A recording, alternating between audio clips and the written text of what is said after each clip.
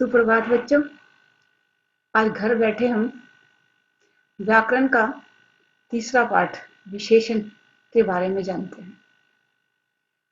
विशेषण और उसके भेदों की चर्चा करने से पहले आओ थोड़ा सा हम पहले विशेषण के बारे में थोड़ी चर्चा करते हैं। विशेषण को इंग्लिश में एडजेक्टिव, उपमान और विशेषक भी कहते हैं। यदि विशेषण हमने अच्छे से समझ लिया तो समास व अलंकार समझने में हमें कोई दिक्कत नहीं हो सकती, क्योंकि द्विगु और कर्मधारय समास और सारे अलंकार विशेषण पर बेस्ड है। आओ सबसे पहले हम विशेष्य और विशेषण को जानें कि ये दोनों क्या है। आपको दो शब्द सरल से याद रखने हैं। क्या क्या? जिसकी और जिससे। जिसकी तुलना की जाए उसे हम उपमेय, विशेष्य और संज्ञा, और उसे ही इंग्लिश में नाउन कहते हैं। और जिससे तुलना की जाए उसे हम क्या कहेंगे? उपमान, विशेषण, विशेषक और इंग्लिश में उसे ही एडजेक्टिव कहा जाता है। देखिए, ये मैंने हाथ ऊपर किया, ये क्या है जो मैंने पहना हुआ है? कमीज या कुर्ता। ये इसका नाम है कुर्ता। तो ये क्या हो गया? संज्ञा, क्योंकि संसार में जिस किसी भी चीज का नाम है वह संज्ञा है। इसका रंग कैसा है? पीला। तो कुर्ता हो गया संज्ञा, और इसका जो रंग है, जिसकी विशेषता बता रहा है, वह हो गया विशेषण। दूसरा उदाहरण देखिए, ये क्या है? मेरे बाल, और इनका रंग क्या है? काला। तो बाल हो गए नाउन, संज्ञा, और इन्हें उपमेय और विशेष्य भी कहा जा सकता है। और काले क्या हो गए? विशेषण, उपमान या विशेषक।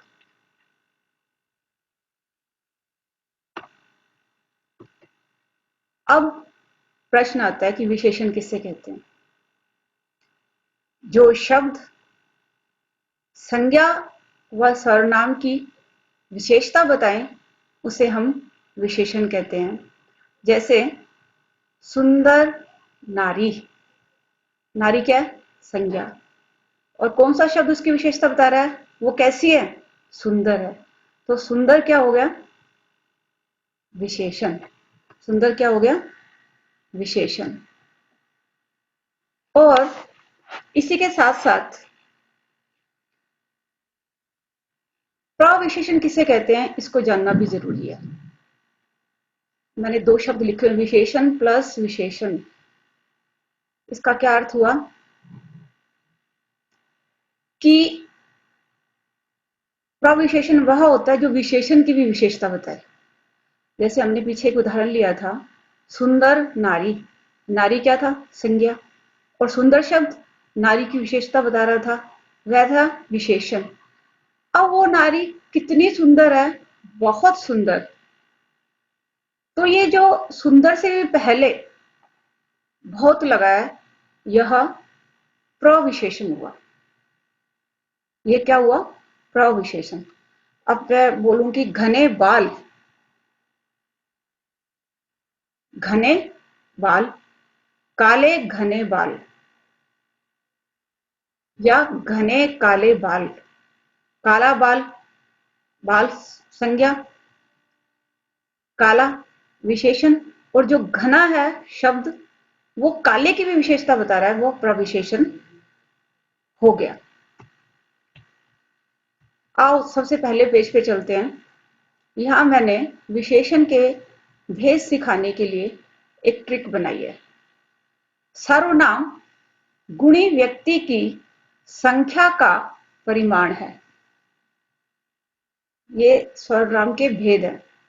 सार्वनामिक विशेषण, गुणवाचक विशेषण, व्यक्तिवाचक विशेषण, संख्यावाचक विशेषण और लास्ट में परिमाणवाचक विशेषण आते हैं। तो आओ हम इसकी सबसे पहले भेद की बारे में जानते हैं। सबसे पहला है गुणवाचक विशेषण।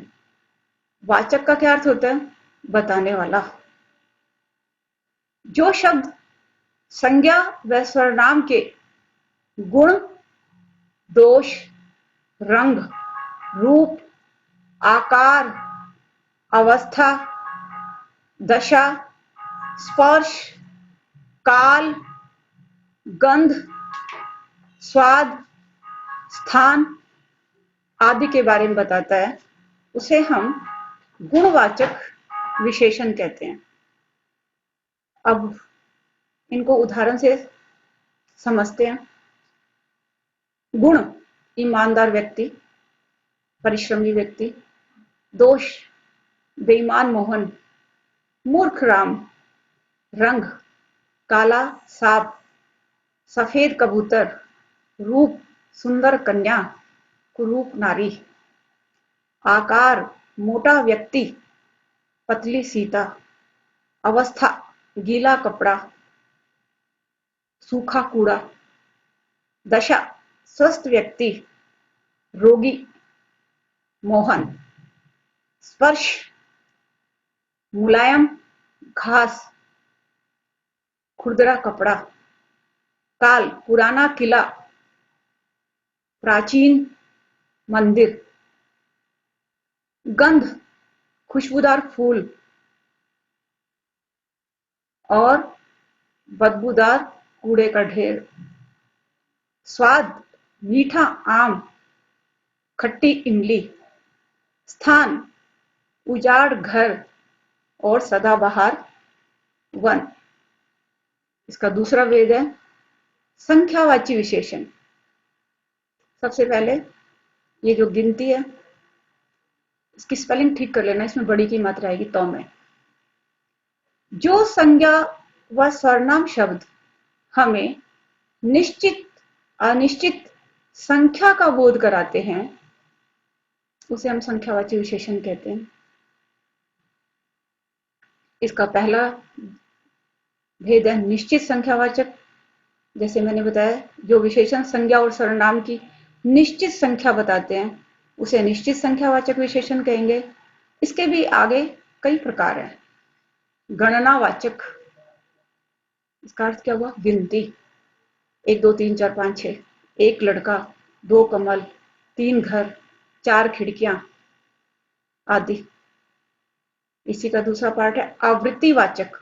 आवृत्ति मतलब आवृत्ति की संख्या। इसके पीछे आपको मोस्टली गुना या गुने लगा मिलेगा।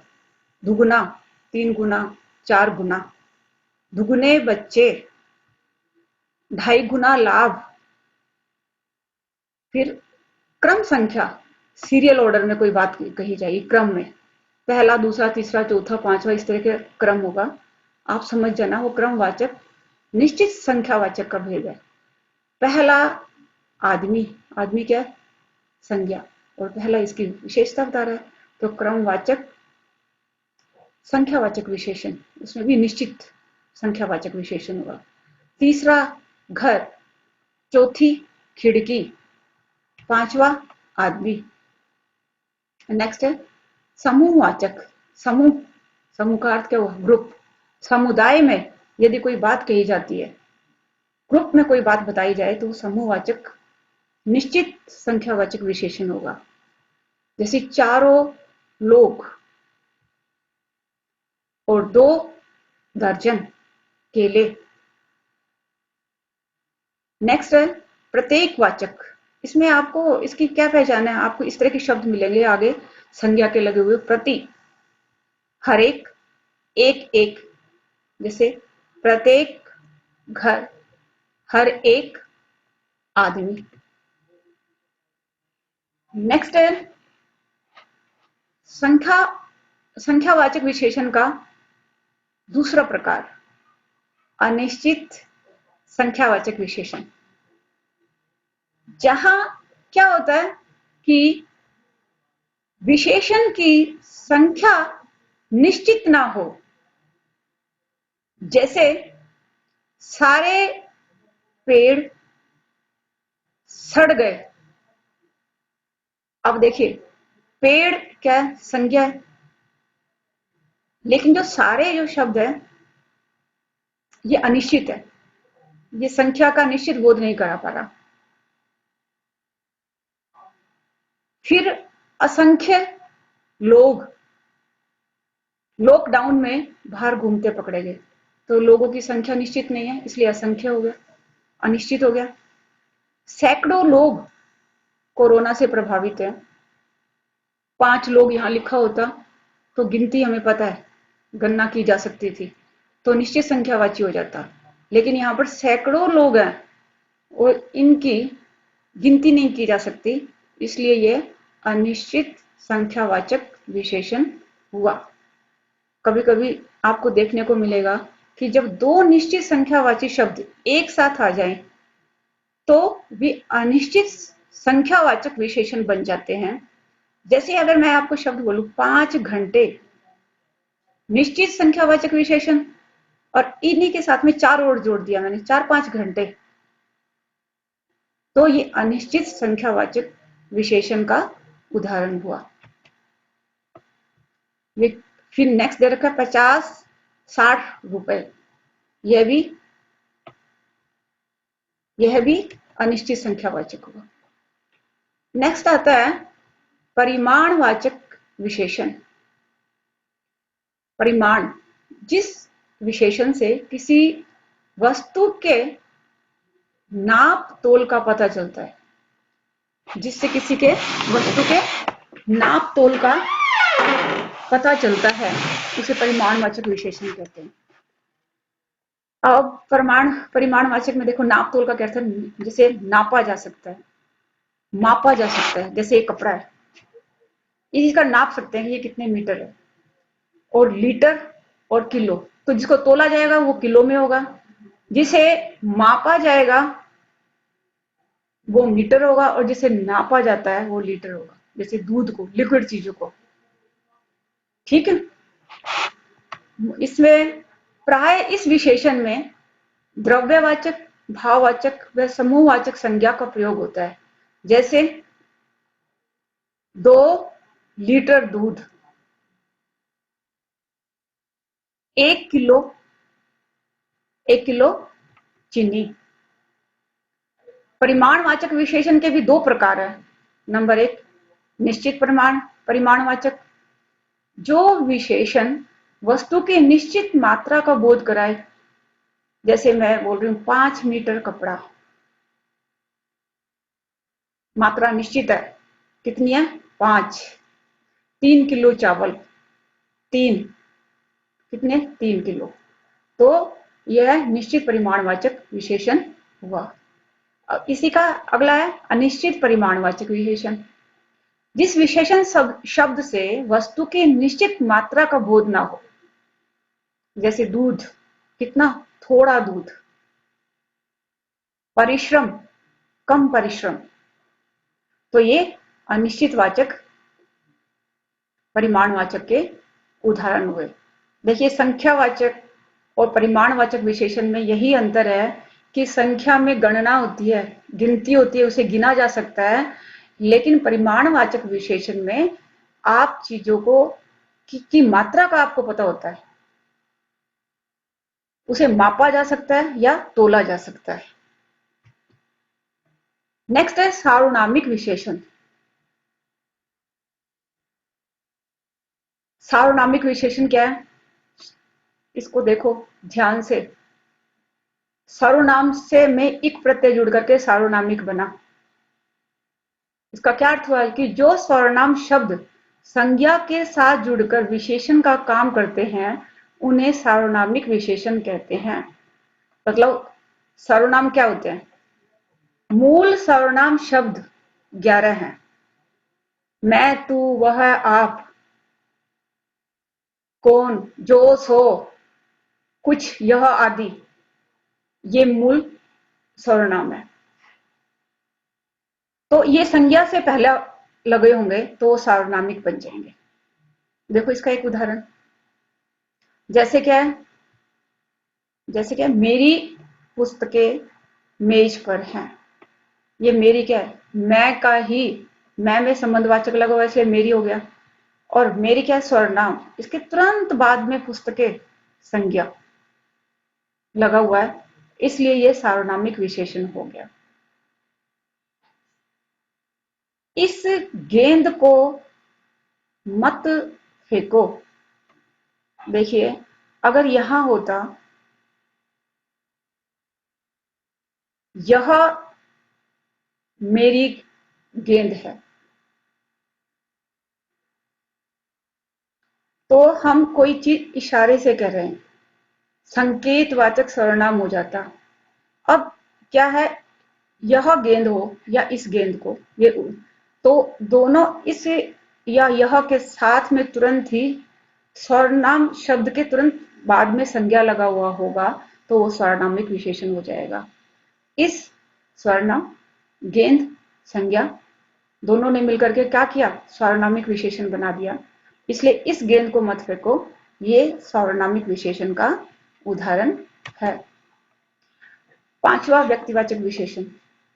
आज तक आपने देखा होगा कि विशेषण के सिर्फ 4 भेद होते हैं। ये पांचवा व्यक्तिवाचक विशेषण नया जोड़ा गया है। इसको आप कैसे पहचानोगे? देखिए, संज्ञा की विशेषता बताने वाले शब्दों को विशेषण कहते हैं, मैं बार बार आपको बता रही हूं। इसमें 2 संज्ञा शब्द एक साथ होंगे।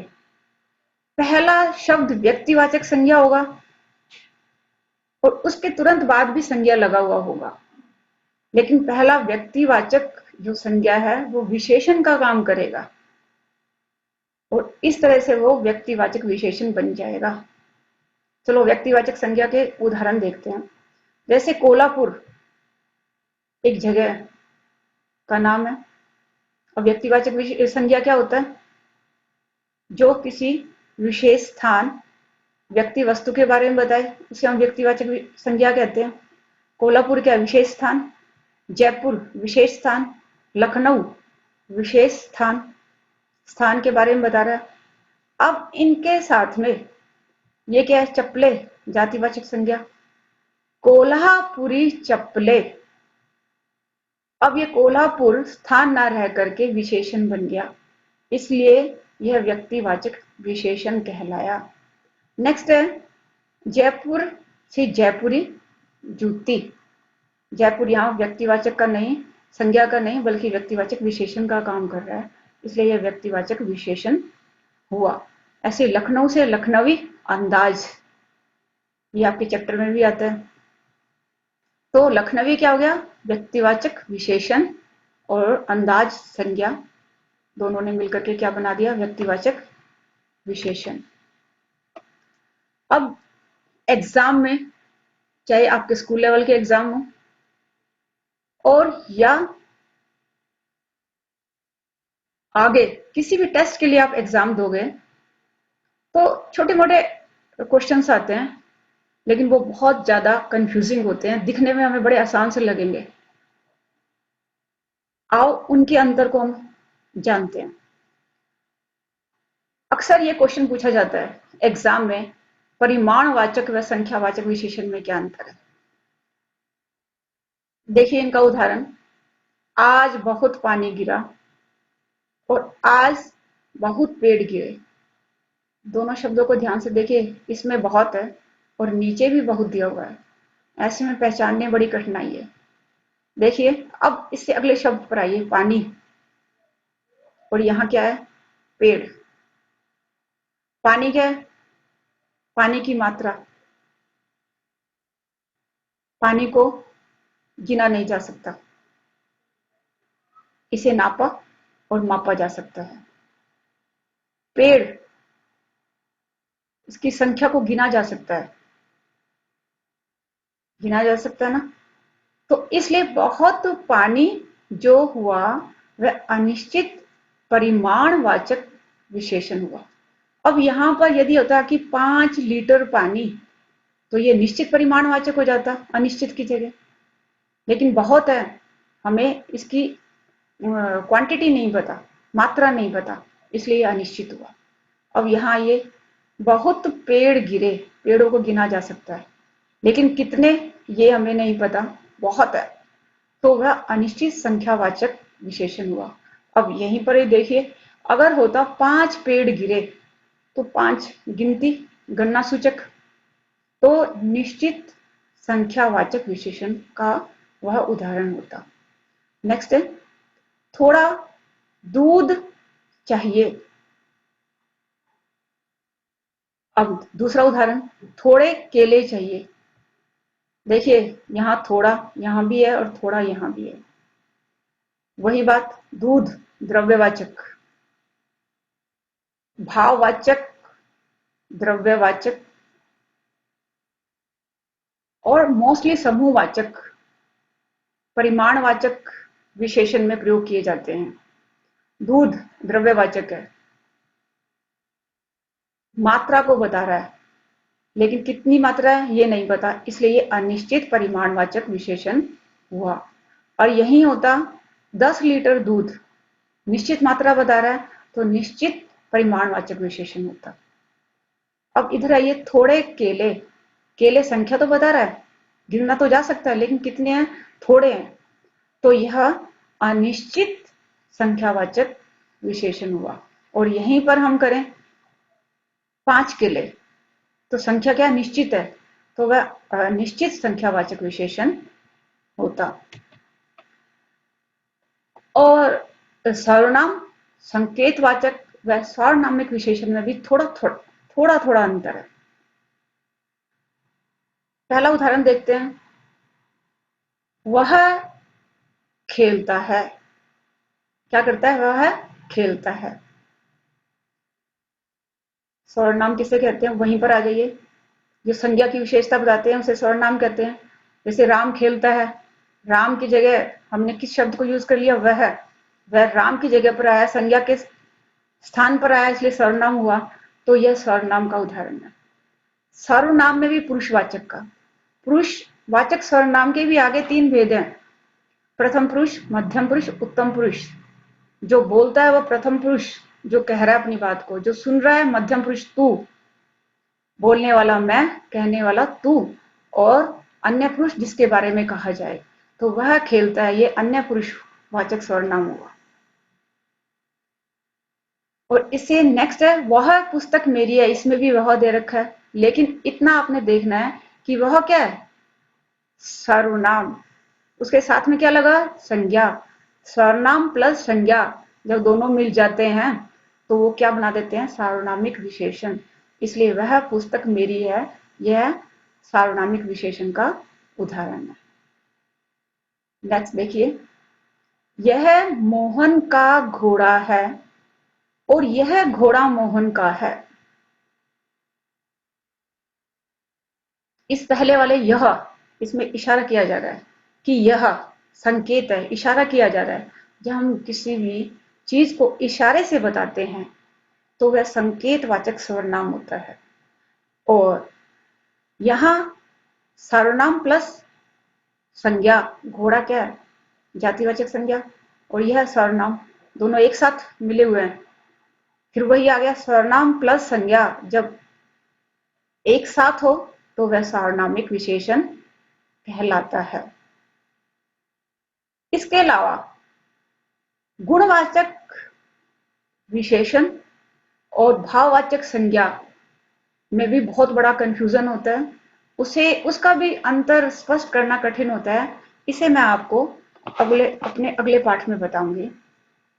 नमस्कार, आप सबको बहुत बहुत धन्यवाद।